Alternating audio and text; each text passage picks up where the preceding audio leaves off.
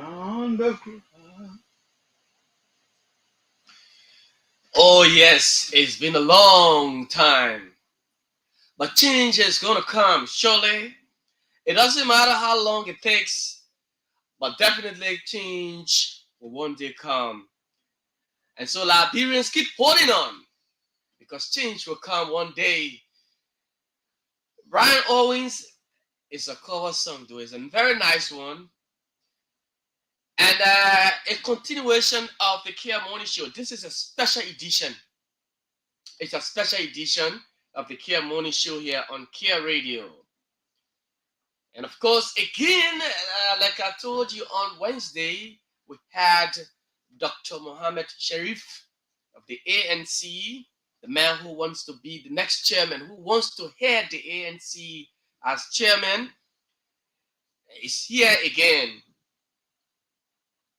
A high profile Liberian. Yeah, from the native land, Lofa County. Hey, and this edition promises to be good, very good. So I urge you to just get yourself ready, sit back as we dig deeper, we dive into the ANC. We talk our legal issues today. We talk the rule of law. We talk two main things.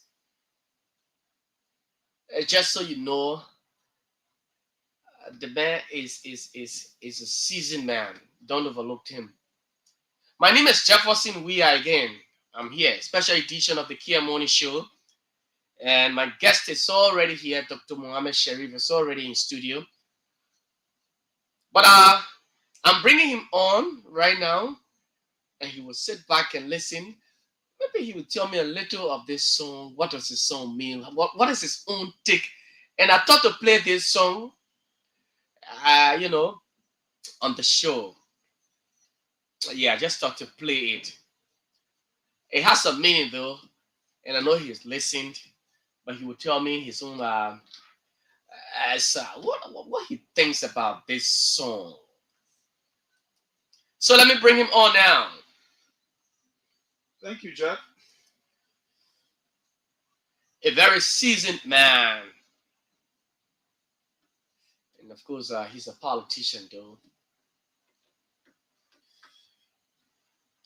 So before he tells me about the song, let me just introduce him, welcome him to the microphone while we take the song down a bit. Dr. Sharif, good morning again and welcome to this is a special edition. Uh, we thought to bring you back here on the show so that we could have more. The last time we talked, we didn't have the time, it was just an hour, but I want us to have a lengthy conversation, in-depth conversation, especially when it comes to the ANC, the Republic of Liberia, and other national issues. So welcome again to the morning show. Thank you, Jeff. I'm happy to be here again with one of Liberia's upcoming talented journalists. Mm. You're back here on Wednesday. You were here. I hope you were okay with the last conversation we had. Um, Jeff, I should be bold and sincere with you. You did an exceptionally good job. I, I've had my email, my WhatsApp, uh, all my social media or communication platforms have been filled with messages of gratitude. Wow. Because they said the young man took you to a place that we didn't expect that he would take you. But hey, you measured up and you were able to throw light on so many things that we had doubt about, and they show people share it in America, in Australia, Wow. all around the world, within Liberia. I had calls, I had people come into my house, old people say, I hear say you say our dream will happen before we die. I say yes, it will happen. This song, prior to your coming, I thought to play this song. It has a whole lot of meaning, but you being from a different political institution, the Alternative National Congress that is in opposition is been in opposition for years. You've gone to uh, two elections now. So I will just take it a bit, and then you just listen to a bit of it, and you give your own interpretation of the song. Thank you, Jeff. Yeah. All right. Thank So folks listening, just listen to the song, folks, and as it's being played, then Dr. Sharif will give his own interpretation of the song. Listen to it. It's by Brian Owens, and it's titled "A Change Is Gonna Come." It's a cover song. Listen.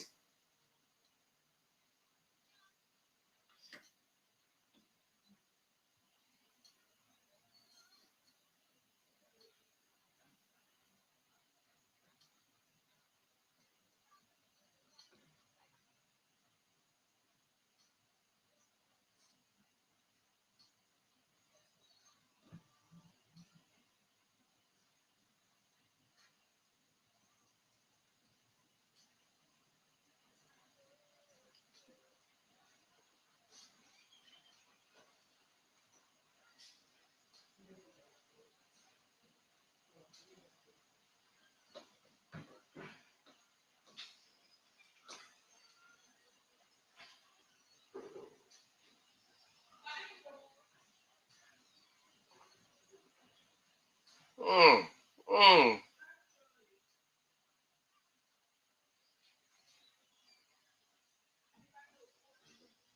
you. Ah, the sky.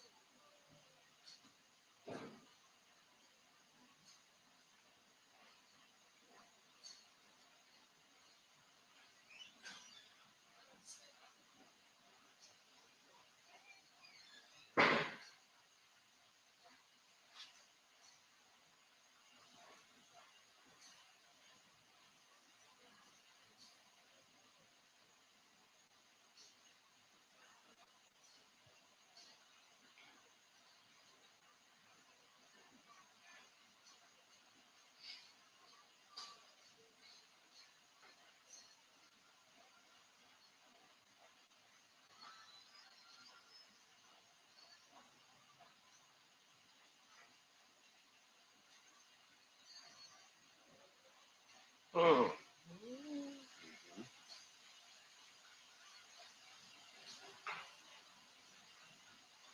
Mm-hmm.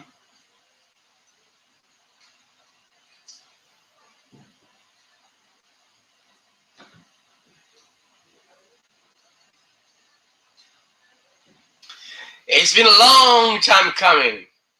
But one thing I'm very sure of, I'm certain, change is gonna come. Dr. Sharif, this song has been played. You sat quietly and you've listened. Um, Again, just what do you make of this song? I mean, like I was saying something that you are an exceptionally powerful young coming journalist in Liberia. Because you see, you capture the moment. This is how the Liberian people feel. They want change. Wow. And because of the circumstances the Liberian people are going through, there are times people want to give up, they want to die. But the question is, what is beyond the sky? Do you know where you're going when you die? People are suffering to the extent that some people want to commit suicide Oh. because you cannot have even 2 square meals a day. People go through difficulty. But hey, change is something that takes time to come. And like a philosopher said, uh, Mahatma Gandhi, Mhm. He said this. He said, freedom, if I'm not making error on the actual philosopher. He said, freedom is not voluntarily given. It must be demanded by the oppressed. Okay. So if you want freedom, you want change, you must demand it. You must act on it. And so this song reminds us of the days when our people were in slavery. You know, on the sugarcane plantation, they chanted songs that spirited them for their spirit to keep strong and wait for the time of freedom. Okay. And this song resonates not only for the greater Liberia, but it reflects the heartbeat of the people of the ANC. Wow. They want to change. And you know what? I know that there will be resistance to change. Powerful resistance. But guess what? Change is going to come. There will be resistance? You know, one thing about people who enjoy a status quo, right? They benefit from a particular status quo. They wouldn't want to change. Okay. But the greater majority of the people in ANC will want that change. They will want to see new crop of leaders that will usher in the expectation of the Liberian people, because if we usher in a new dispensation of leadership into the ANC, it makes the Liberian people gravitate towards us. That the people serious. Okay. They're serious now. I think we can do business with them by giving them the chance to see how they can change our lives. The change that we're crying for as a nation. That we have tried the UP, we tried the CDC, and now the UP. These people don't have an argument. Okay. So what we can do now is let's look at the new generation of leaders in terms of the ANC. And that's what I'm preaching, making a new generation of leaders. And I would just want to reflect your mind what happened. The other day I talked about cheating in elections in 1927 when Charles E.B. King contested against Edward Faulkner. You know, where... You want to adjust the mic a bit?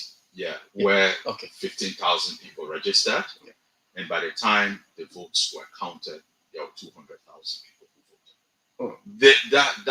That was the greatest fraud, the democratic fraud on record by Guinness Book of Record. Liberia has that record of fraud, whether at conventional level, whether even many things people cheat. So it's like, you know, cheating. It's been ingrained in the DNA of people for over a long time, and so it requires a new set of breed of people to say, no, we have to put a stop to this.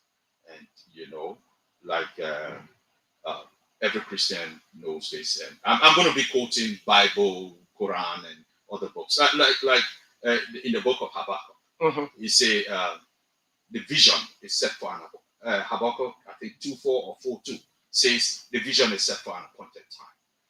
He said, though it may tarry, it will not lie, it will speak.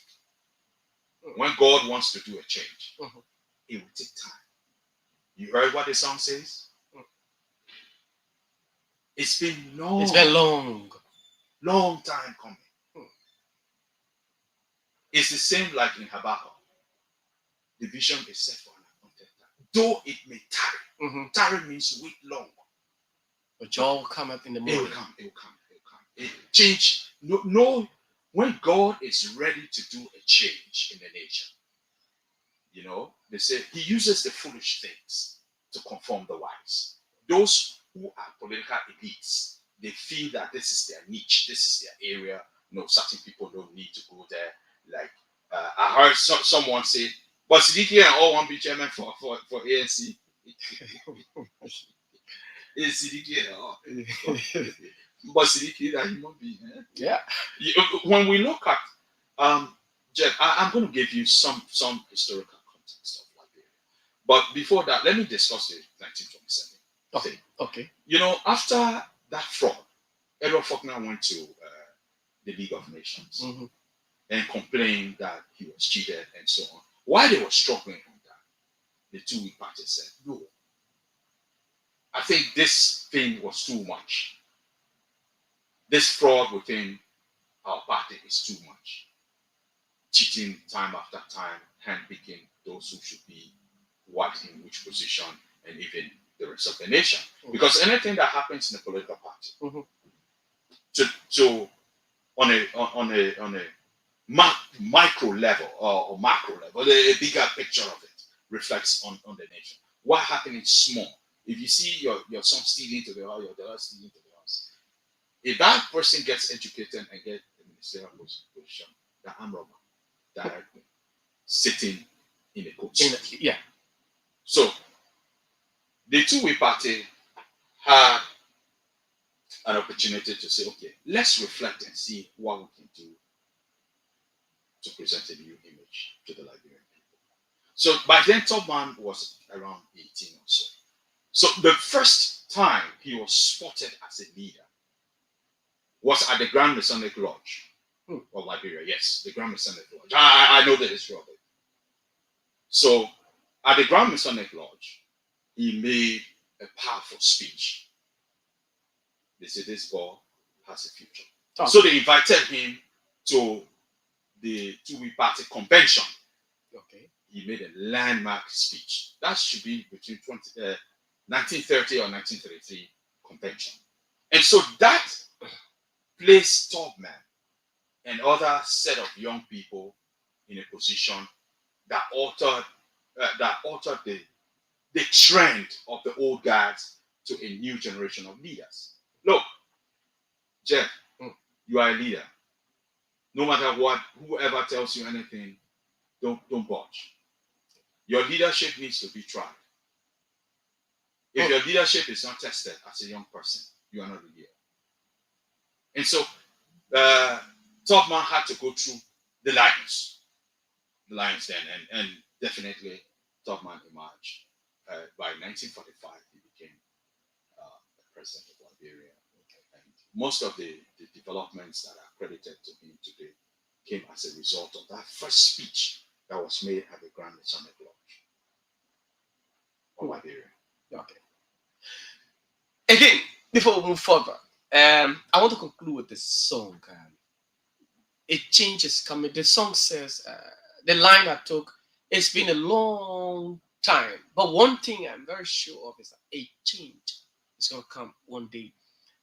When should Liberia expect, this change that will come? Liberians have expected change for a long time. Madam former President Sirleaf, former President George Weah, the Joseph Walker administration is here now, told the people that, well, your vote for us, we came to rescue the people and what have you. Do you see change, taking place in Liberia? I'm going to say in two ways. The current UP alliance change, yes, there's a change, but to the worst. Like I give you the example, there's a change, but to the worst. Yes, because why is it worst? Because you have a president who has been in government for 50 years. So we definitely don't believe and expect that at this level, this kind of minor errors are happening under his administration. You see, one thing, an error of a motorbike man, an error of a medical doctor or an engineer are two different errors. Obviously. When an engineer makes small error, the bridge fall down. That 20 people dying straight. If a medical doctor makes an error and administer wrong medication to the central bank governor or to the president, it's not just an error. It becomes treasonable. So what is happening at this time under this president? Like I said, he's swamped. He's been entangled in a web that they don't allow him to see the reality of it. He has now been disconnected completely from the Liberian people. The president? Yes. President Barker has been disconnected. Yes, he's disconnected. How? You know, like the way Madam Mary Brown can be going around cutting wire. They cut a wire, they cut it, they wrap it, they carry. He getting current again. He getting feedback from the Nigerian people. They cut a wire. Yeah. So here is the change that is coming. Since he has allowed himself, someone who came from Lofa, someone who was a teacher, someone who has tasted poverty, someone who has seen the difference, should not disconnect himself like this. Okay. Look, he would have been the kind of role model every child would have seen. Let me tell you something. You see me, my mother was a nurse. But I have seen poverty on a grand scale. When we were in Van, Jiga, you know what they call Jiga? Yeah. It get in my foot and got in my hands. Because I was playing with my friends. Yeah, playing with my friends. Because why? Mama never wanted me to look different from the other children. So up to today, that upbringing of understanding that, hey, there should be no inequality. Mama, when she cook, I had a twin brother. When they cook food. Whether you're from wherever, she will put it for everybody to eat.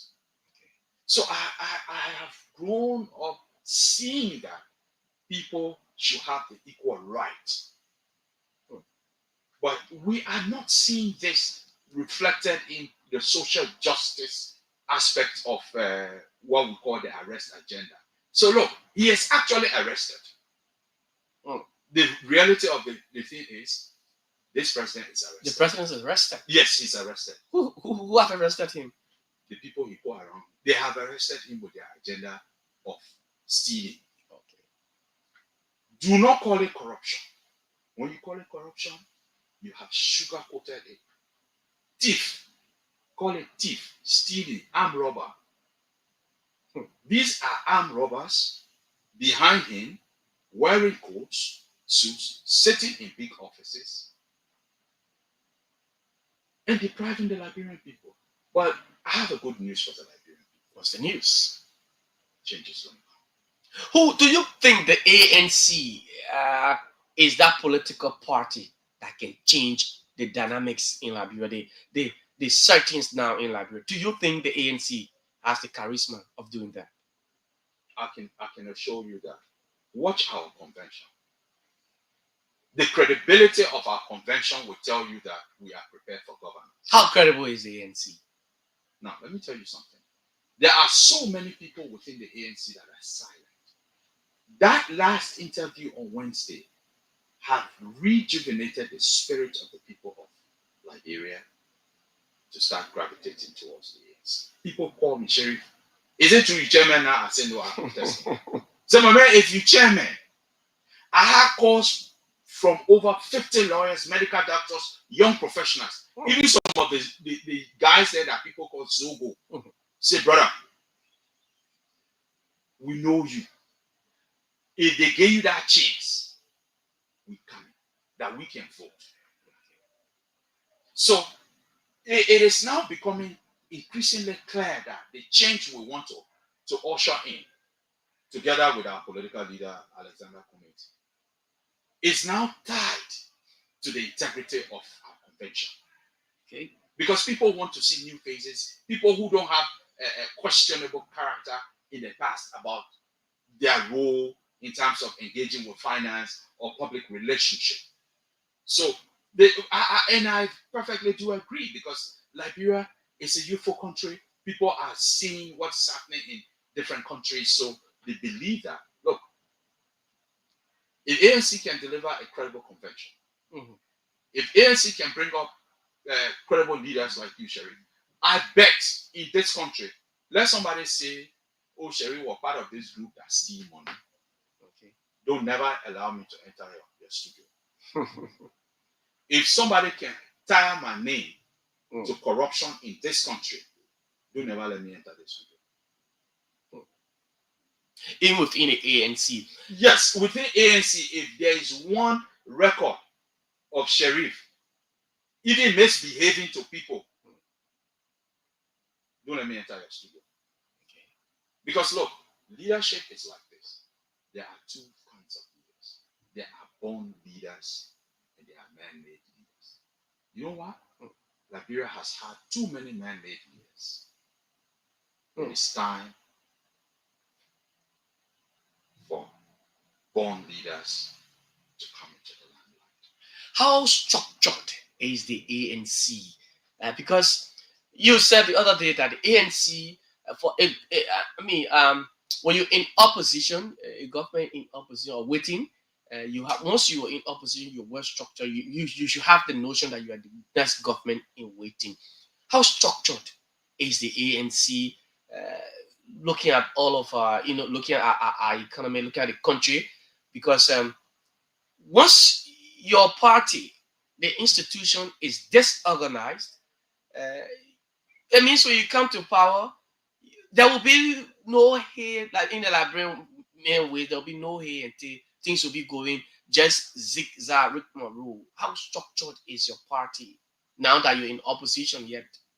Okay, the other day I said we don't even have direction. You know how ANC was run? And you know the snake and ladder?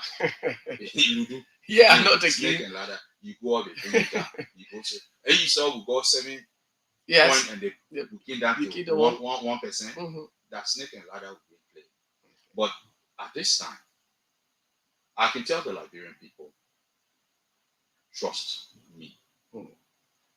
I will work with Mr. Cummins, with the rest of the partisans of ANC to usher in the kind of leadership you can trust. And I can let me add this. I'm just not just a leader because I was born a leader. I have acquired experiences. In 2023-24, I am among cohort 7 of leaders that the UK government trained around the world. They took people from all over the world. I was selected. If somebody wants question it, I get it. The document, I can give it. We publish it. Okay. I was trained in leadership, how we can manage a country. And so for that, I applaud the UK government for giving me that opportunity to train as a leader how we can manage our country, our resources. I was trained for that. And so if having that kind of training, in addition to that, I'm doing public policy. I'm one of the public policy specialists. So I mean, I understand public management, governance systems, and so I mean, we are poised to bring the kind of leadership that now can start like learning to do the thing. We hit the ground running because we will have structures in place under my leadership, who should do what and when and where. And you know, I've given you one word, the young men, and you can call it clear code. Let me get you clear code. If you hear in Liberia they say that man that complicated man, meaning that guy not correct. So that man he had to deal with, meaning that person seemed to be straightforward person. I get good news for Liberia. You have good news.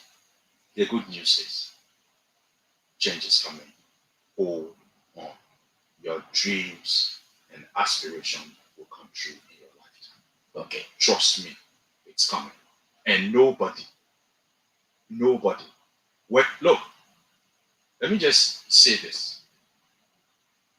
We are not afraid of dreaming big, and we are not afraid of bringing the fight. The fight for hearts and minds, we are not afraid of it.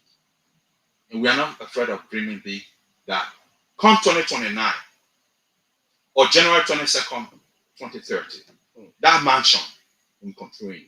And the young people, the old people, every Liberian will have their fair share of the resources that God has given this nation. It's so unfair that when government come, they say this one that were UP people, take them from payroll, remove them. UP come, take them from there. They're seditions. that's a dangerous recipe for underdevelopment of a nation. We should stop it. Okay, before we get to the convention of the ANC, uh, just what you've been saying, and you just said earlier, that comes 2030, you will be at the executive mansion. Mr. Cummings will be in the seat of the presidency. These are promises, politicians will come and give to the people, to the struggling Liberians, the ordinary citizens, to sway their minds in getting them on board. That yes, I'm here to make the change. What difference are you going to make? Because past governments, George Weah said the same thing.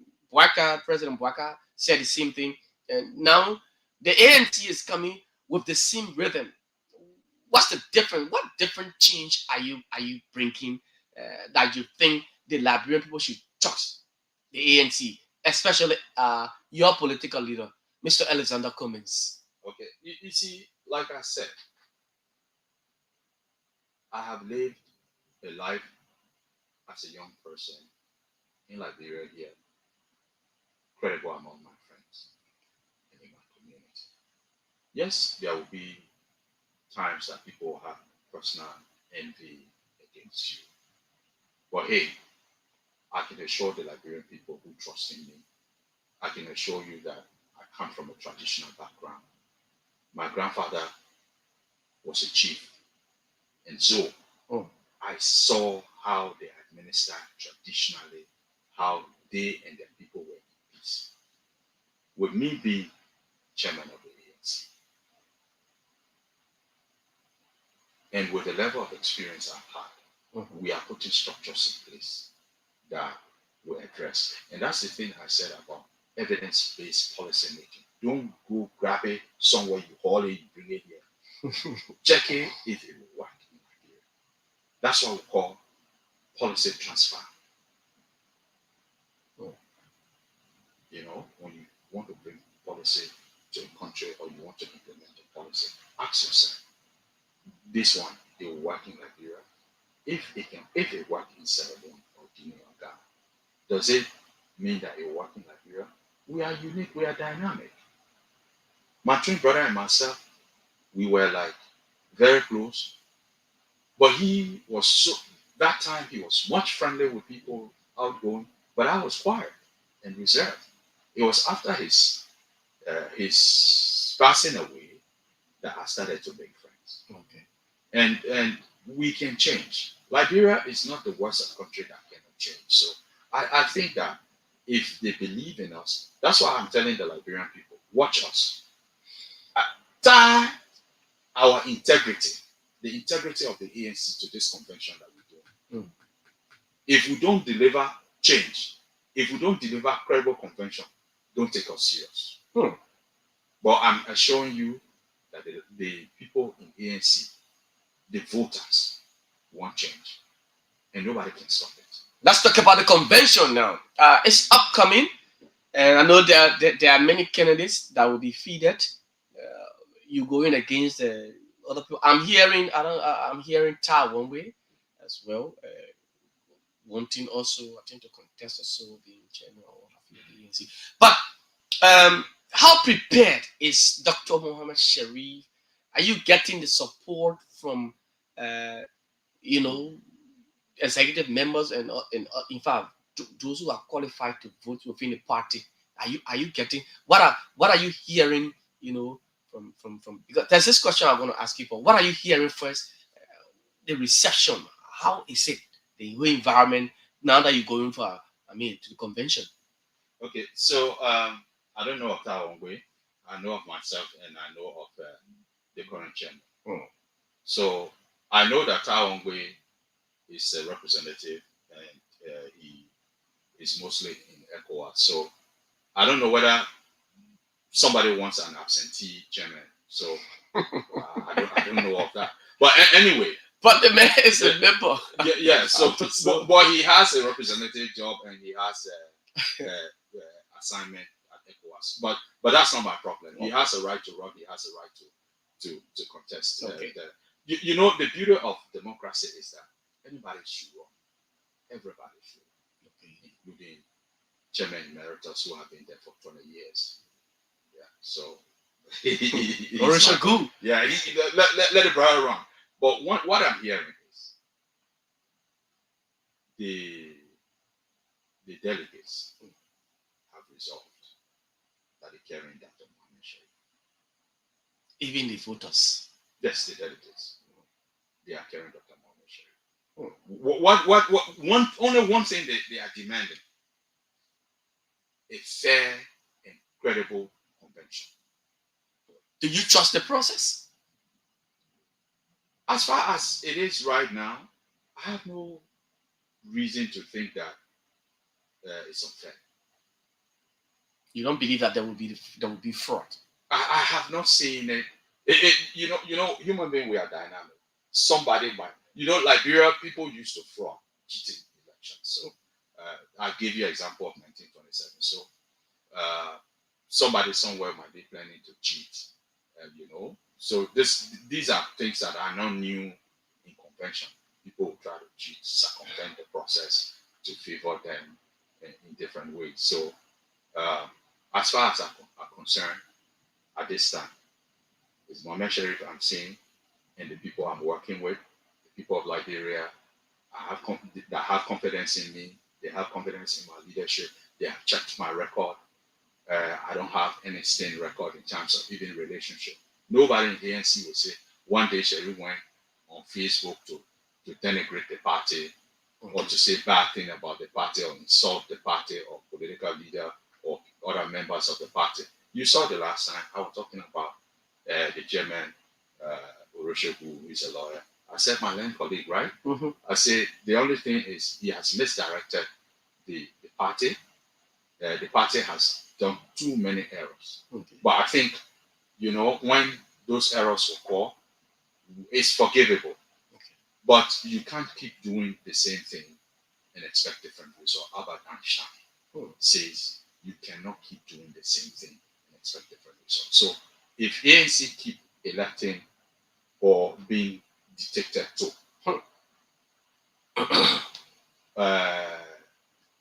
it brings in the question of credibility that I was talking about.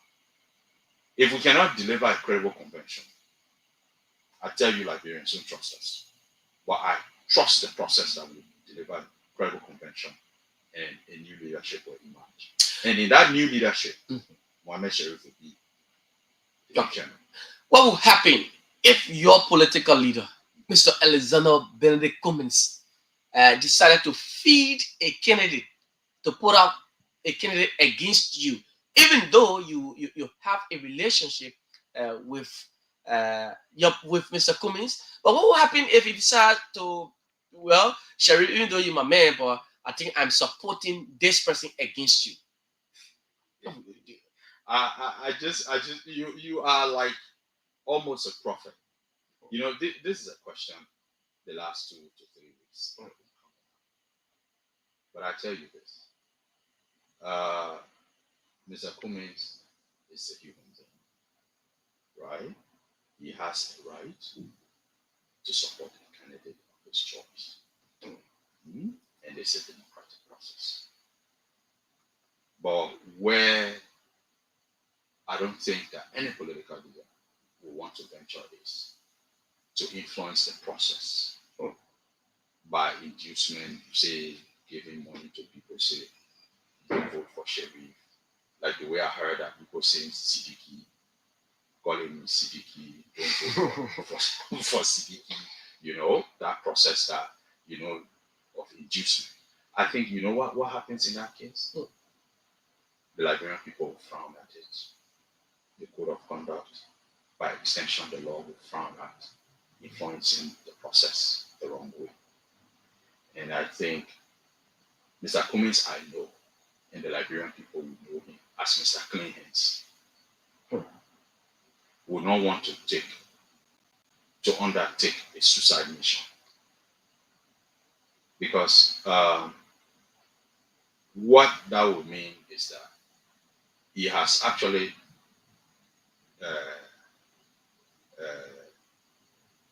made because this convention, I can say, is a make or break.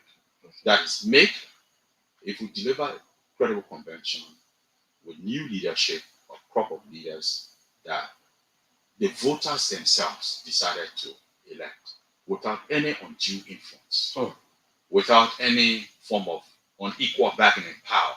That's something we use in law, wherein two people negotiating for something, but because this other person get the upper hand, able to dictate the outcome of the thing. I think it's too much of a heavy price that Mr. Cummings will not want to take that risk with the integrity.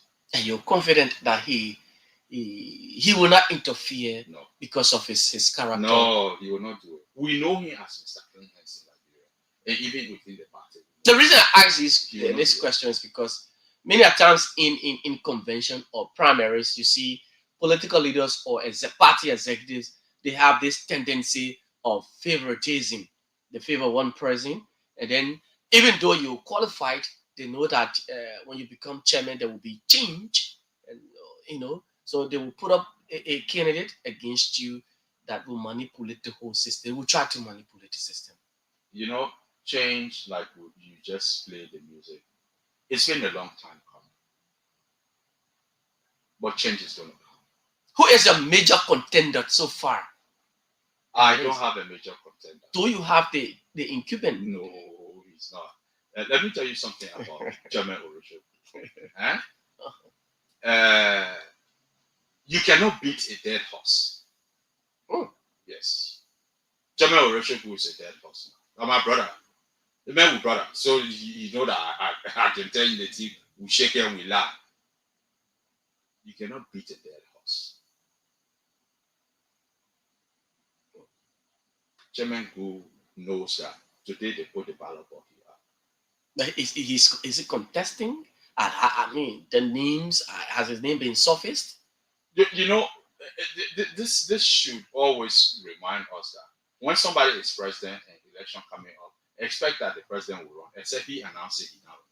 So as far as I'm concerned, he's the only contender. But he's a force. Do you think he's a major force that will bring you down, will stop your ascendancy? He's now a dead horse. A dead horse. It's a dead horse.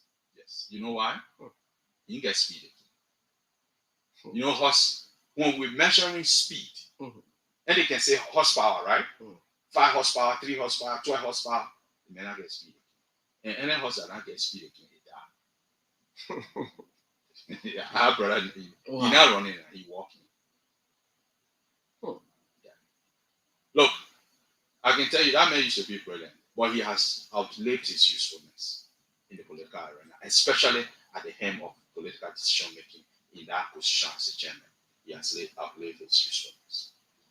So if I were him,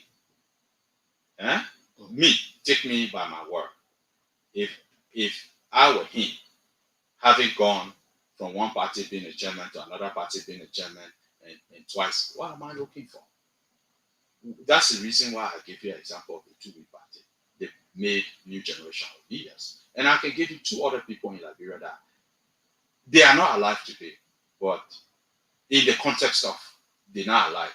But for me, I know they are alive. Councillor Bronstein. Okay. You see,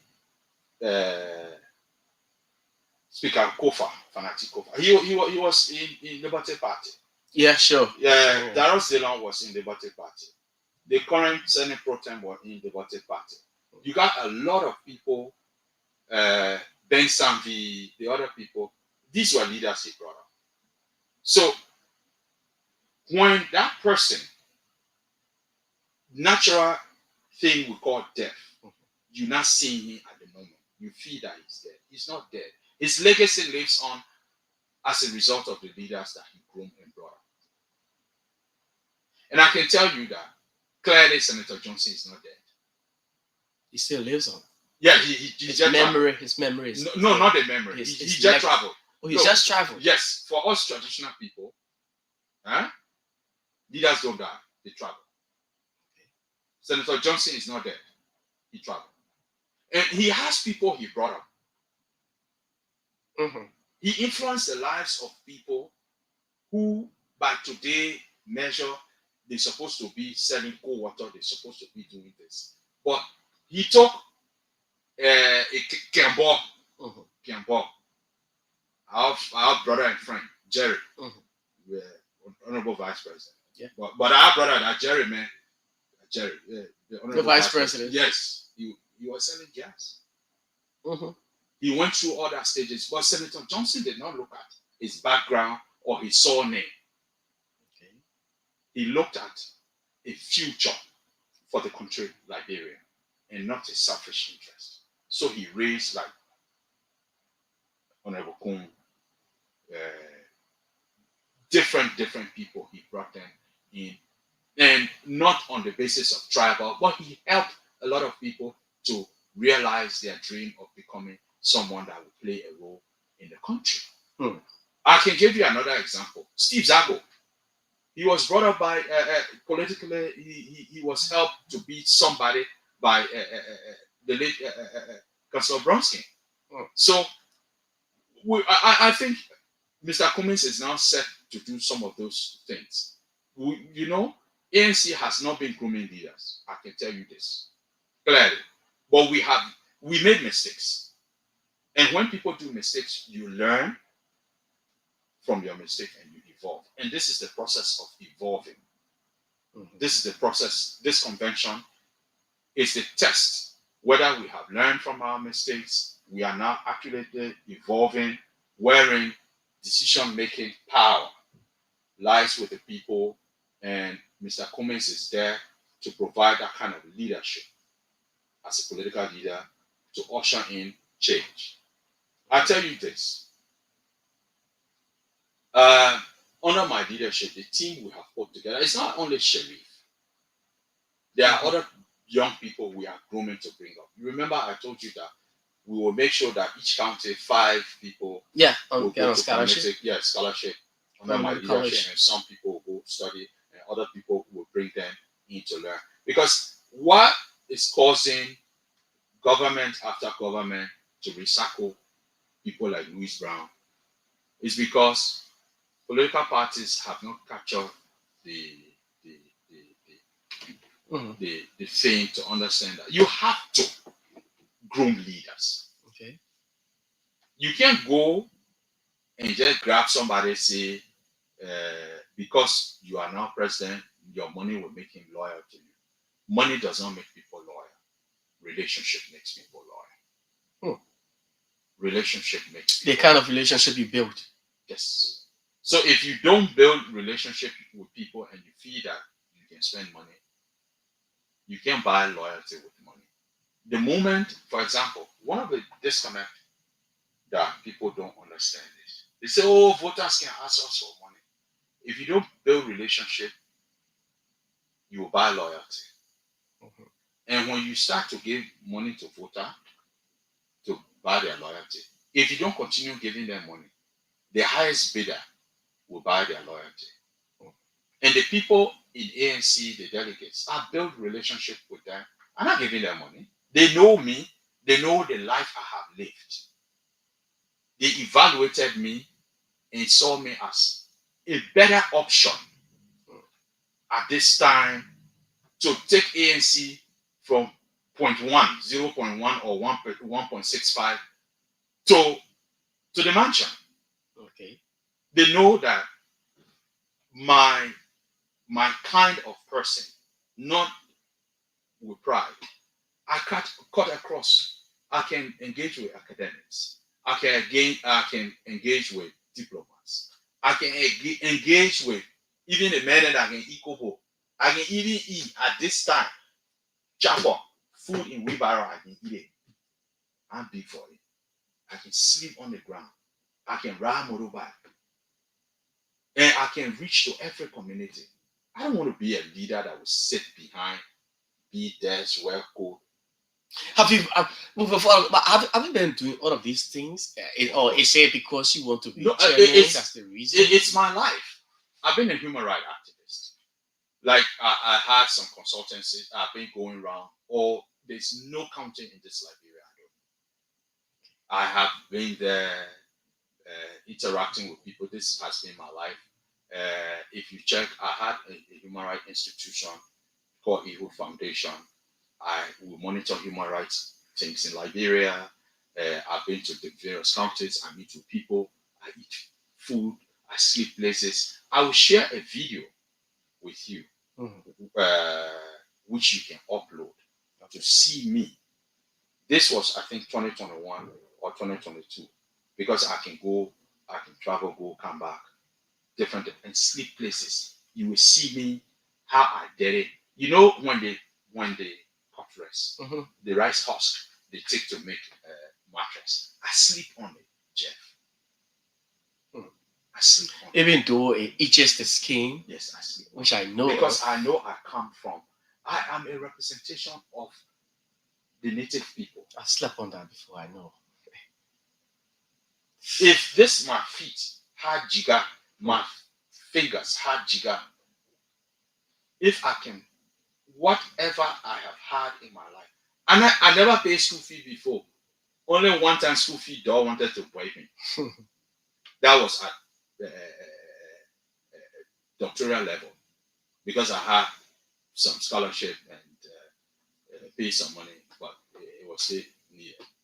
But throughout my life, I've never paid scholarship, so I owe God so much. That's why I reach out to people when I have the means to help people. I do it. So I want to build a new generation of leaders, so that you can't be in a condition where sleeping on air condition, nice place, then the other person right around you, their child sleeping with hunger.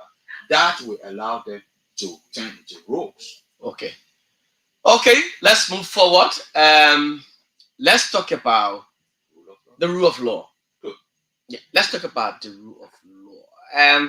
Recently there have been too many things happening. The most recent one is the army and that of the police, getting into clash of each other, our security system.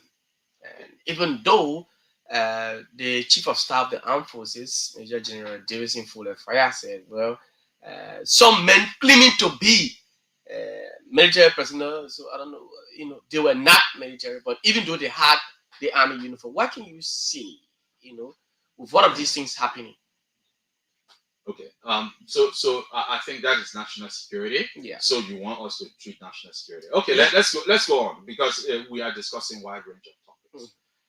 I want to say to you that everybody looking at me, the reality is Liberia is not safe. Mr. President, I will tell you this: your country is not safe. Why? And I'm going to explain it. Liberia is too armed and tense. You see, at the end of the war, guns were taken away from people, but they were not disarmed. There's a difference between taking the gun from somebody and disarming them. The process of training a soldier is indoctrination. I understand military science. I did certificate in it. If they want to question me again, because Liberia, everybody can lie. You try me. Come up. Let's discuss military science. For me, and I do degree in it. I say certificate, not even diploma. So I understand a little bit about military science and history. Jeff, I tell you, I greedy anywhere they sharing knowledge. I want to go there and cut my own and move from there. So in military science, soldiers are indoctrinated. They deal with the mind. So when you take gun from someone who was actively involved in combat, it is a responsibility to do post-traumatic stress disorder, to de-traumatize them. But instead, Liberia didn't do it. They just take gun from there, get them 540. You take gun from somebody, get them. It's like telling the soldier, go put your gun in the corner. Anytime we may use that, you take it. And that's the reason why Liberia getting too many protests. You see, if we had had a comprehensive program wherein when you take arms from people, you rehabilitate them, help them to be integrated into society, to understand that that role they were playing was either imposed on them or they voluntarily got involved into the war. And so there are so many people who have mental scar. And someone who has gone through war, either as an active combatant or a passive combatant. Active combatant is someone who go on and fight to kill. But people who even was a passive combatant. Oh, my man, you're carrying our ammo on your head. You carry. My man, you're coming bury the day body. He is as equally mental scarred as the next person who held the gun. So you are supposed to do a lot of post-traumatic stress disorder. Disarm the mind. That's the ammunition I'm talking about. That Liberia is too armed. Okay. You have to disarm the mind, and that is reflected in the level of violence you see in the street, either from the police, the army, or the security services. Because the security services now recruiting from China, they're taking from among Liberians, and these are people who have been highly traumatized. And so, any little thing, I'll give you an example. Walk on the street of Liberia, ask 10 people, say, yeah, what your name? Say John. What your last name? Say, what you want to do with my last name? Yeah. What you want to do with my last name? A lot of they say you, eh? Everyone is just kind of traumatized. So you see that is the condition that tells you that people are not feeling secure. That's the sense of insecurity. When you ask somebody for their name, they just say my name Jean. Jean what? You say, what you want to do with my last name? They say you looking for me, eh? They are to have Liberians engaged in civil discussions like we do. You put 5 Liberians together, then you say people should have a discussion. In no time, somebody will be shouting above the level. People will be shouting. Mm-hmm. That tells you they are mentally scarred. So what is happening between the police, the army, or the police grabbing immigration to be in? You in uniform, you carry state badge. You see the next person is carrying state badge. So who told you say you get power to arrest me? The police, but the police will feel in my mind that they are taking effectuating a mandate from the IG. So especially the BAT. So Okay, so now let me tell you something. Mhm. They are not taking instruction from the IG. Who are they taking instruction from?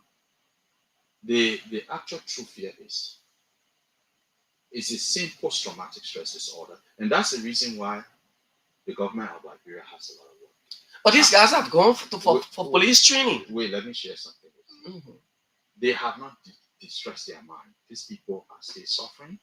I've read a number of articles from around the world, including an article from Liberia. Someone to is it UMU, who is in criminology department, went up to something. I read his write-up. I analyzed his article in the university there because I work on criminology thing. So he was looking at the violence that was happening during Weah time in the police and in the security services. Here is the point. Gradually, the national security strategy of Liberia, from what I see, is militarized. It's heavily militarized because they have not been able to de-traumatize the people. So there is fear of the people. So they feel that using violence, excessive force, will subdue the people. Hey, you cannot get authority over your people by using force. How you can get authority over your people is relationship. Let the police get relationship with the Liberian people. Learn to understand that, hey, they see chicken suit that in the market. the next man to buy anything like that. So you cannot extort him to give you money. So one thing uh, the IG Gregory Coleman did was, it was a good example to go and catch your police and taking money. And I applaud him for that. He needs to sack more people if those complaints come. Under an ANC-led government, which I'll actively play the part, some of these things will not happen. Because we pay the people well, make sure that we give them proper training to understand the rule of law, their relationship, their boundaries, what you should do, what you shouldn't do. And that's the reason why I'm telling the government, if you're giving the police $20 million, you're joking. You have to increase it. That's a low budget. Yes, you have to increase the security and defense budget. If you're giving police 100 million, for example, 100 million, the police will be able to undertake projects in communities like agriculture, blah, blah, blah. They will not even be running after people say they're doing drugs. Because those guys will have employment. Okay, yes. The police is able, and then the civil police relationship will work. You don't need some money. Then we spend. It's useless money to buy arms. Your security does not lie in guns. Your security lies in your relationship with your people. Do you see this government, the rule of law? Is there a respect for the rule of law under President Boakai? I'm carefully studying it. There are areas that there is a fundamental disconnect in terms of respect for human rights, rule of law. When he took over, there were 10 new positions. I was in England, by the way. I was in England watching these things. You know, when you're out there, you can get access to information much faster. So I was watching it and see that people in 10 new position, they were trying to move them out. If we were in power, those people are there. It doesn't mean that because they are given presidential appointment, they cannot be subject to performance evaluation. The government should have a means of evaluating people who are entrusted with public funds. And so if the president has just held his peace, evaluate them based on what they were supposed to do. If they are not doing it, you can suspend them. Or if they're performing, leave them, let that 10-year time finish, they move from there. For me, there are things that it's like, you know the eagle and the crow, right?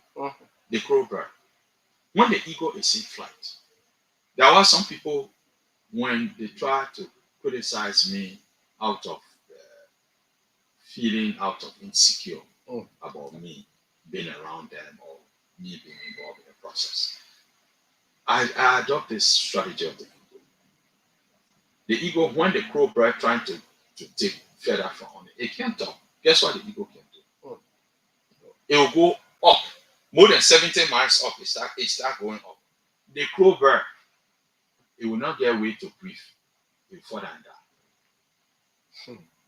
So there are some things that you don't need to get yourself involved in fighting. Leave it naturally. Also.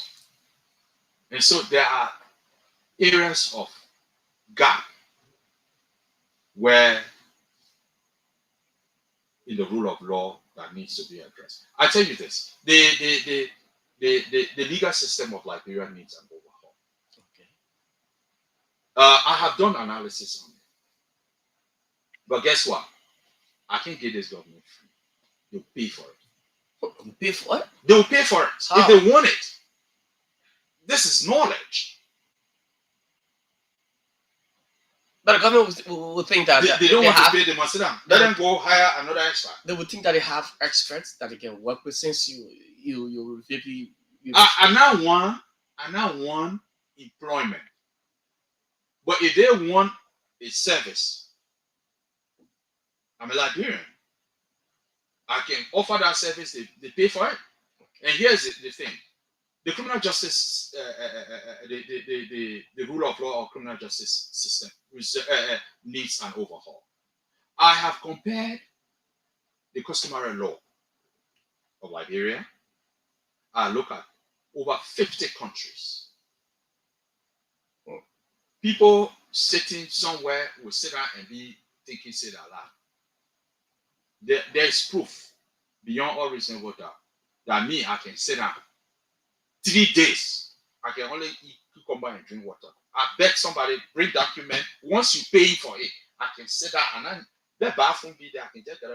I need to what I sleeping for. You paying for the time. I can sit down and work on your document. So I have compared the criminal justice system around the world, Liberia, in Asia, and other places, against the criminal justice system. Talking about our legal system, you brought in that it needs a total overhaul. I don't know. I had a point this morning, and I want to, since you're a lawyer, I want to get your own side of it. If there's a case in court, for example, I'm taken to court and I'm the defendant, while the case is still before the court, the judges, um, uh, do I need to go somewhere and speak? Maybe go before the media and have media engagement when they asking me a question, even though the case is because the reason I'm asking is this: there's this case in Liberia now involving one Chinese businessman and one criminal, Momo David. The Chinese man is in the case is in court. He's been taken to court, for alleged torture, and then. Uh, Just and yesterday, he was summoned by the House of Representatives to go before that body and go, have some talks and what have you. Even though this case, he is the defendant, is in court. I mean, what are your thoughts about our legal system? Okay, it's not the legal system. It's absolutely an abuse of power. Abuse of power. Yes, they're not supposed to call me. Okay. In my opinion, as a legal practitioner, you can have a case of a foreign national being adjudicated by the court, and then the legislative body call him on a quasi-judicial process to question him why you did this, why you did. They can call him to ask him if they have concession. They can ask about the concession agreement related areas, but not the specific case in question. If they do that, they are undermining the rule of law, and they are also undermining, they are also doing what we call abuse of authority, power and authority. They should not do that. And that borders even around foreign policy. Okay. I think the president should, or through the Minister of Justice, should try to communicate the position of the government in relation to that. Wow. Even if the Chinese did that, whether he was there hot oil on the guy, or whether the guy is a criminal, the Chinese also didn't have right to waste hot oil on him. That's cruelty. They should leave that with the court to handle it. Okay. And, but Liberia, it is what it is. Everybody get power. Everybody using Syrian now, so they can do what they want to do. And it's just because we're talking some legal matter also. It brings me another question. Before we get to our foreign policy, I want to ask you this. Yeah, I get few areas I even want to throw light on certain things about the rule of law.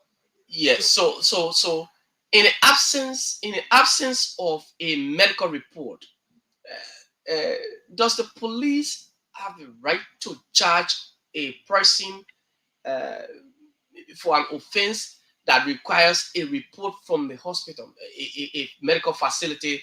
Is it related to rape or what? Yeah, maybe torture, also alleged torture or what? It's in line with this case you just mentioned that the Chinese guy allegedly wasted oil.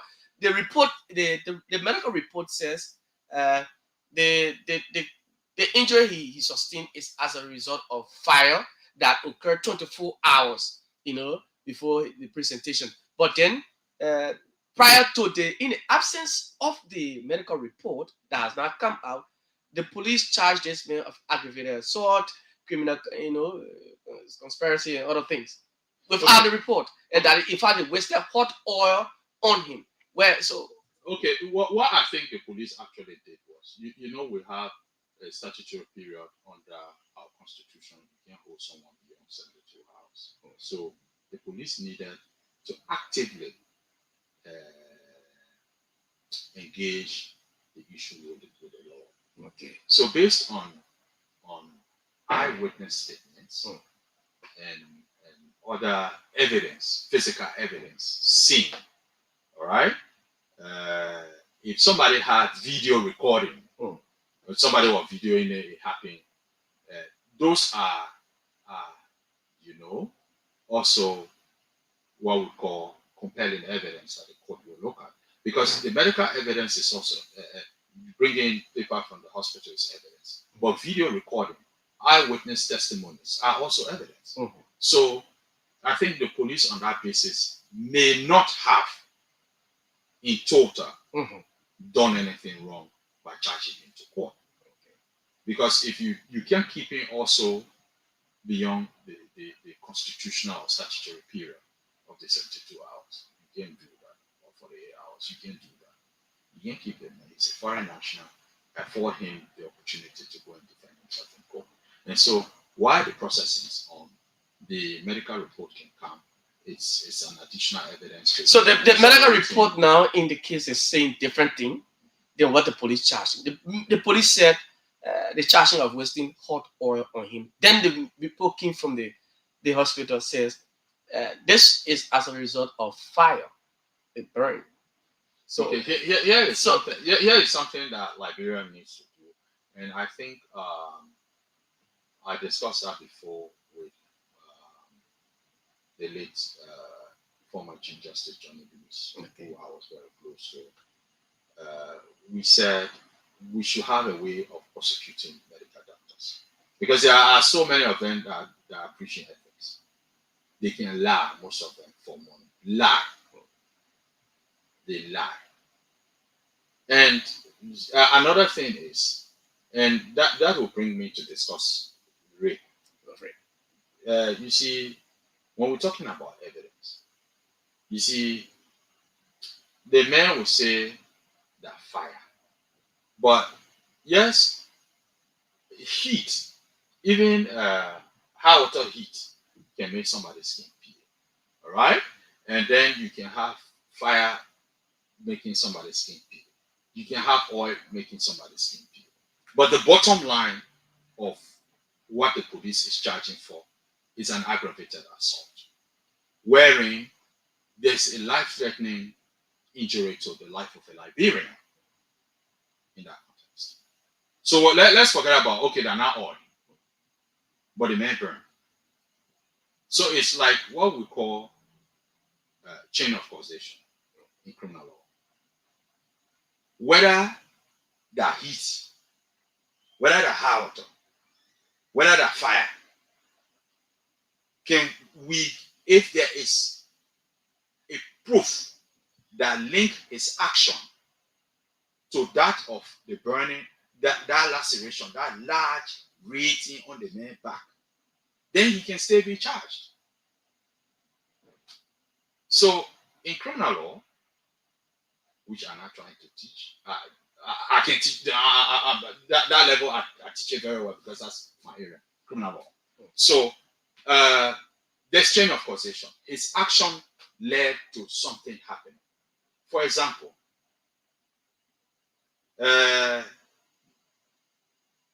you go and shoot somebody, they take the person to the hospital. Why they're trying to treat the person,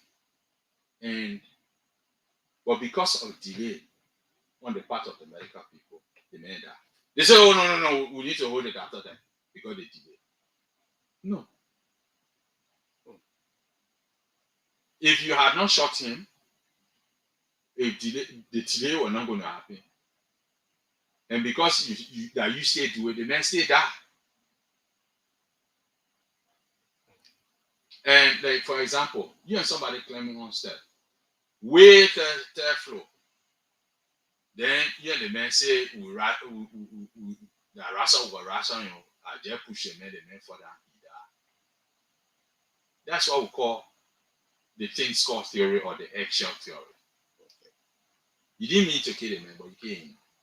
You ain't there. So people who can play with car, say I just try to man with the car. Don't joke with somebody with an object or something that is inherently dangerous. Okay. Like gun and so on. So like you were talking about evidence. Let me come to the rape law. There are some radical kind of recommendations I'm going to do in terms of dealing with the rape law. The rape law. Yes. Okay. You see, I have been around Liberia as a human rights activist. The rape law says, let's look at specifically the statutory rape, wherein the person gave consent or did not give consent to stay with, as long as they are below 18. I think Liberia is way behind time in terms of legal development.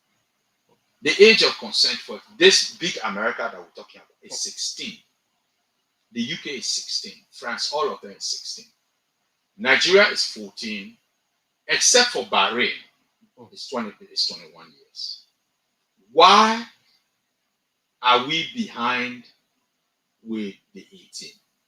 The reason why I'm questioning this 18, there was a time, I've come across a number of cases, prison overcrowding. As a human rights person, I visited places and I listened to stories. There were people who, few boys, they had their girlfriend, all of them, they want 15, they want 16 until they reach 18. But the family then had a problem. So this boy turned 18 on his 18th birthday, and his girlfriend at 17. Oh. The boy was in 12th grade. And the girl, I think she was in 10th grade or 11th grade. The boy had an affair with the girl. They took that boy to jail after his 18th birthday party that night. Oh. That he raped the girl. The girl didn't understand, said that my boyfriend, he forced me that myself agreed to do it. They pushed up, they caught the ball, sent the ball to jail. Oh. The ball was in jail, awaiting trial, pre-trial detention. Mm-hmm. He didn't do haywire. Mm-hmm. He was in jail for 5 years, and they even forget about him. Wherein there's statutory provision that if you can't charge the man something, you gotta free the man. Okay. After 2 times of court. They not do it. So there are a lot of people in jail. Why? We need to revisit the rape law and have a gap. Between 16 to 21, when they do their funny thing, you don't need to stop them from going to you can't treat them that way, keep them in jail. When other countries actually get 16 years, between 16 to, if the age bracket is between 21 to 16, you don't need to keep that person in jail. Okay. Because that age gap is a critical age gap that people need to be in school. So that rape law actually, instead of helping Liberia, it's actually damaging the future of Liberia, especially boys. So when they come from jail, some of them just ride motorbike because you have damaged his future. And they see girl that they had the affair you put in jail for. She turned 18, she making relationship to 45, 50-year-old men. Because that meant bringing money for their family. And you forget this. And the other thing that was happening in Liberia was, let's discuss the human genome. Okay. You see pig, chimpanzee, and few other, their human DNA genome is so close to that of human being. So when you put it under a microscope, it will look like that man's sperm. Okay. So in the past, people can use all of those things to get at their enemy, to put those boys in jail. Oh. Look, we are going to repeal certain portions of the rape law and correct that. The ANC. Yes, under our administration. Because we want to give the young people the opportunity to go to school. Whatever happened under human sexuality, it's going to go on. 18 years, they're not part of our culture. That's why under the customary law, it's 16. And we are going to bring that down, that age of consent under the rape law to 18. The reason is simple. We want to, you can't hold those small boys then between the age bracket of that 18 to 21. It's a crucial age for completing high school in a country where poverty and inequality is great. You can't keep people in jail. So and also people need to understand that needs to change. There are hearing some noise about human sexuality in the media, but I don't want to talk on. If you want to talk about it, you raise it up, we'll discuss it. But that particular aspect of it has to be changed under the rape law. We can't keep people children in jail for a very long time. Okay. And also, there should, if the state hold people on pre-trial detention, if they were in school, the state need to provide educational facility for them. Otherwise, they are abusing their rights. Okay. We'll soon go to the lines. Before we go there, let's chip in on our foreign policy. In Liberia, I don't know, you've been around, you've been outside of the world, you've traveled to other countries, especially Great Britain. You've seen, things out there. Our country, Liberia, comparing those places you've been, what can you say about foreign policy? Are they strong? Does Liberia have a very strong foreign policy? If our foreign policy was strong, Trump would not be telling us, say, can we send Liberia then? That the people hear you. Yeah. If our foreign policy was strong, Trump would not be saying, can we put people in plane and bring them back? Depoti. The credibility of the government, political party that transitions into governance of a nation is very important. If you get people who, like Louis Brown, who on record will call that in law confession statement. He said, I rebel. Mm-hmm. With 3 Hebrew brothers, I rebel. They now know me, the time of dealing with rebel thing, our national security advisor. Then this president look at somebody on record saying that and send that person to the UN, where the whole world get people looking at us. Are we a serious nation? That where he's supposed to send Louis Brown? Should we take this president serious if it makes such narrow judgment? The people will not take him serious. So if Louis Brown is negotiating and they know him to have been rebel, why the president would the war crime court he's talking about? Why did he not even consider that this man will one day be brought in? Why are you paying him back for destroying the lives of Liberians? Because as being his national security advisor to Taylor at that time. You know what it means? Taylor is behind bars. What of his principal advisor? Why is he free and you paying him back so heavily? By compensating him. I blame Madame Salif for starting this process. She made him Minister of Information and later sent him to the UN. Now, her principal deputy, who is now the president, President Walker, is doing the same thing. But he has a very good foreign minister, Malansara Beslo Yanti, who have worked internationally out there. And today she's foreign minister. Don't you see in your own, don't see it as maybe something that the president thought would have been necessary, would have been good to give Liberia a better image? Can we talk about physics? Like holes and unlike holes. You cannot be saying one thing and be doing another thing. That's very hypocritical. You bring in someone that is known internationally to have worked with you and good relationship. You're making the woman's job very hard. Yeah, he making our job very hard. How he making it? How you will send rebel Louis Brown? Be rebel like that. He was thinking all the bad thing. They were saying Operation Non-Living Thing. We'll fight door to door, window to window.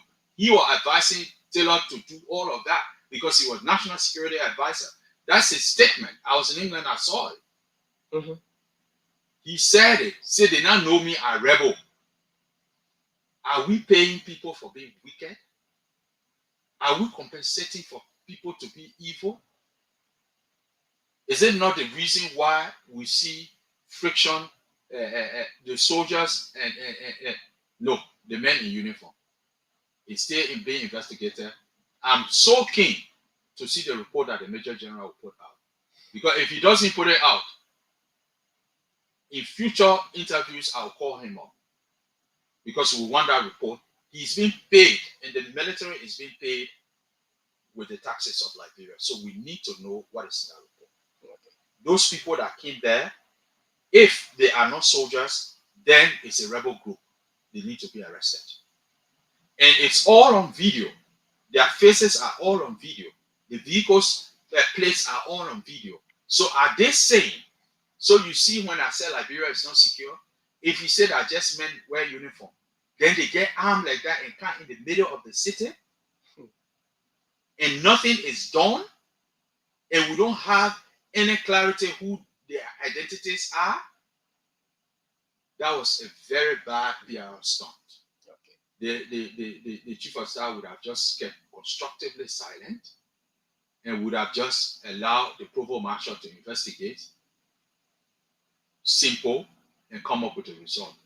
But you can't start by lying. You see, when this person tried to arrest himself with the people who put lies together, and he sat over the lie and told Liberian people with the arrest agenda. So he put the Major General now, and he too lie and say they're not soldiers.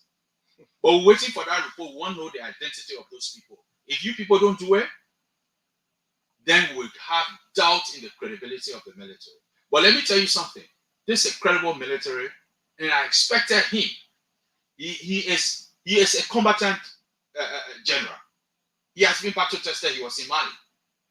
I don't expect someone that has been battle tested to come and misinform the Liberian people at that level. General Fowler, don't do that to me. All of us, we're friends. Not personal friends, but we're friends as young people in Liberia. Don't start by lying to us. You will lose credibility. And that in itself will make, when you give security assessment, the president said no that you can lie now. So if you give security assessment, they will take you serious. Don't do that thing again. Apologize to the Liberian people that yes, you made a mistake. These people are soldiers and you discipline them. That's what a leader does. Okay. We've exhausted all of the time now. 1 hour, 30 minutes. We've got an additional 3 minutes. We go to the lines and take calls. Folks, you've been following. This is in fact, a special edition of the Kear Morning Show here on Kear Radio.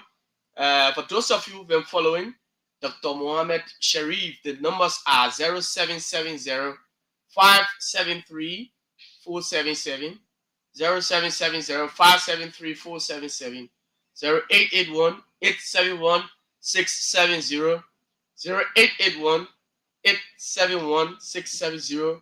The international line +231 886 681198. This person on the line. Good morning. Yeah, good morning. How are you, my dear brother? I'm okay. You name me where you call from. I'm Emmanuel J. Bryant calling from Grove. Emmanuel, let's hear you, man. You know, when you hear politicians talking, they can speak so nicely. But the greatest thing in West you can never do to yourself is to elect and put it in power. When you put it in power, then you become a dumb truck. You know, the dumb truck that built a mansion is still back in front of you. Oh. As we speak here from the beginning of the show, I've been listening to Dr. Sherry. Dr. Sherry is some of the old politicians we have around here. Like Senator Snow and the rest of them. And all of them, when they get in the radio, all the political jargon they were given, so at the point of that, they just make this thing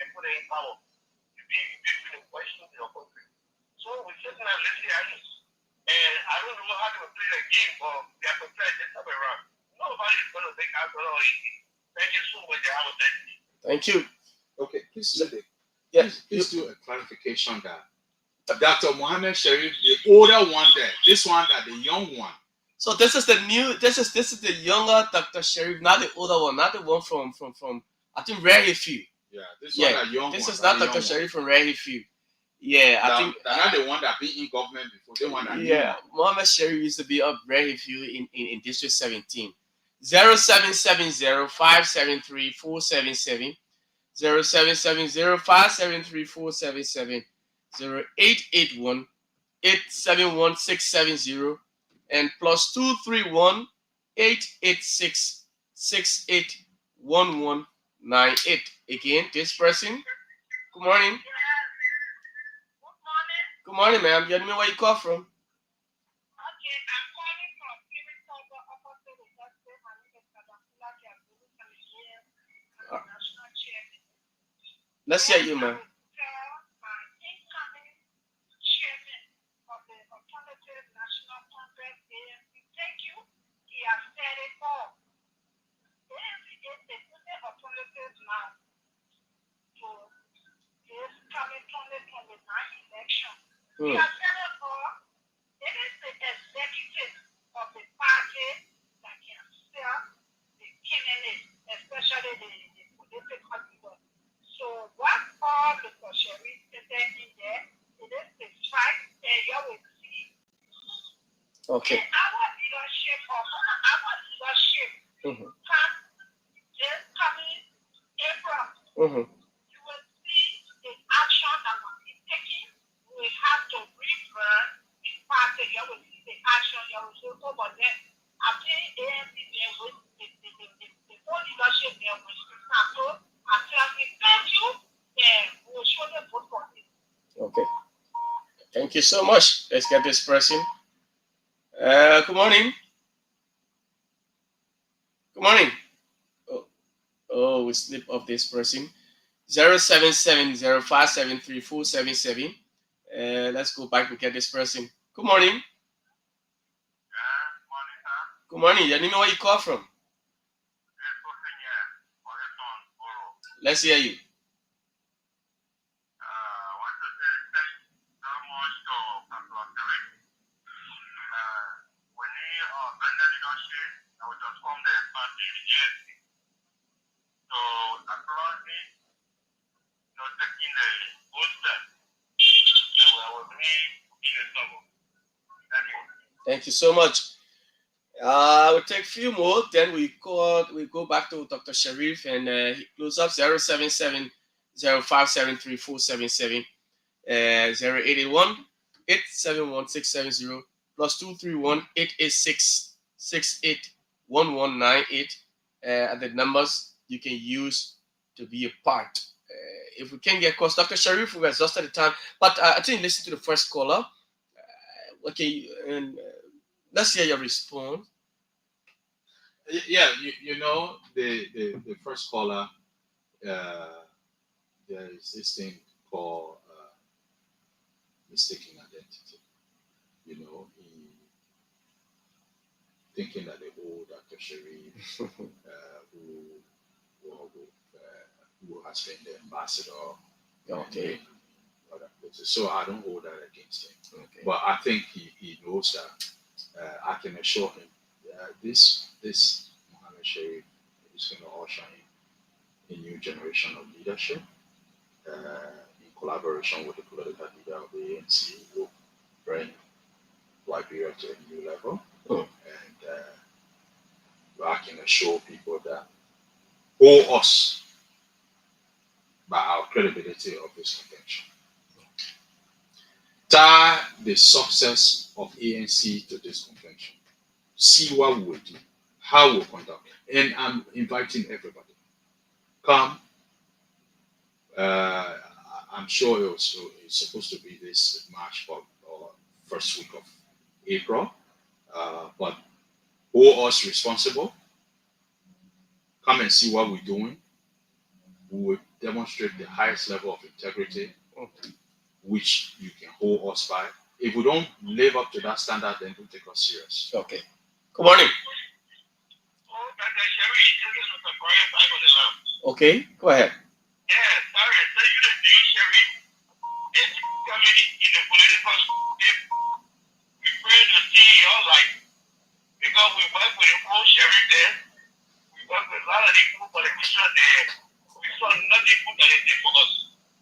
For some of us, even in our district is one of the districts, our team, that was the largest votes in Montreal County for the Unity Party. Today, we have been through the gutter. We have not even, I use my because they all from township to state campaigning for Unity Party. Oh. At the end of the day, we have been through the gutter.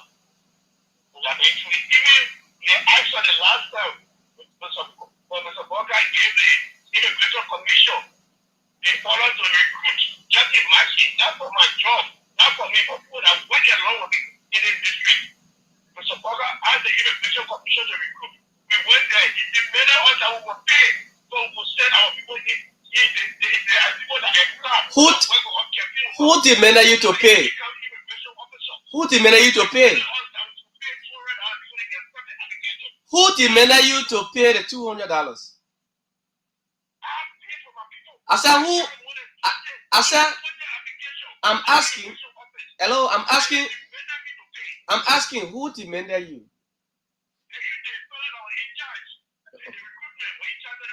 Okay. Okay.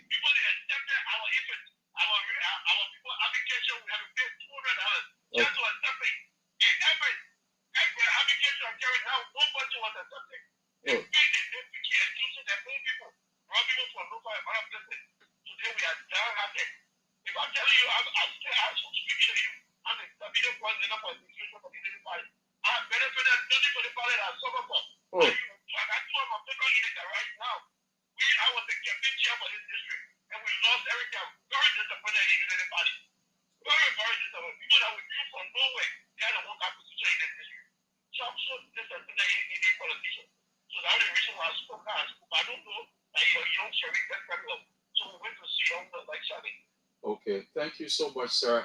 There's this thing, maybe you didn't listen to my interview the other day, that people have lived and worked in Liberia, they have never seen their dreams and aspirations come true. I can assure you that all of you listening to me, I will say, Uncle, you are welcome to ANC. I personally will oversee your welcoming to ANC. If you are able to bring a number of people from the Unity Party, I can organize a welcoming ceremony for you. Everybody from any political party you want to come to ANC, I will oversee your registration, your welcoming. I will take care of the water, maybe small ceremony for you people to join the ANC. It's a form of recruitment now, you Yeah, on? but I mean, if you are a beautiful woman and the men are accepting you, I mean, another man will want you. And he is a very important Liberian. Okay, he needs to be recognized. So I am inviting all those who want to join the ANC. Take me by my word. Take me by my respect. Come and join ANC. I will stand with you. And I know that the ANC is prepared to work with me as a chairman. You can add that to your parting comments because the news is next. So thank you so much. I look forward to engaging with Kear Radio. Thank you so much because the love is overwhelming. I'm getting messages all over the other day, and I know today will be no different. And we look forward to engaging with you. And I know that Kear will join us during our convention. And I'm inviting journalists, diplomats, everybody that wants to come and see our process, how it will be fair, transparent, and overseen with integrity. Thank you so much for giving me this time, and I look forward to engaging with you in the very near future. Okay, Dr. Mohamed Sharif there again. This time, it has been a wonderful conversation. My name is Jefferson Weah. That's how we come to the end. The weekend begins today. We're going out again. But I can say that this evening at 5 p.m. I'll be a guest presenter at Prime FM. I'll be there this evening with my man Barkley. Kind of going to talk. So he's invited me, and I'll be there. Until then, change is going to come. Brian Owens is taking me home. Bye bye.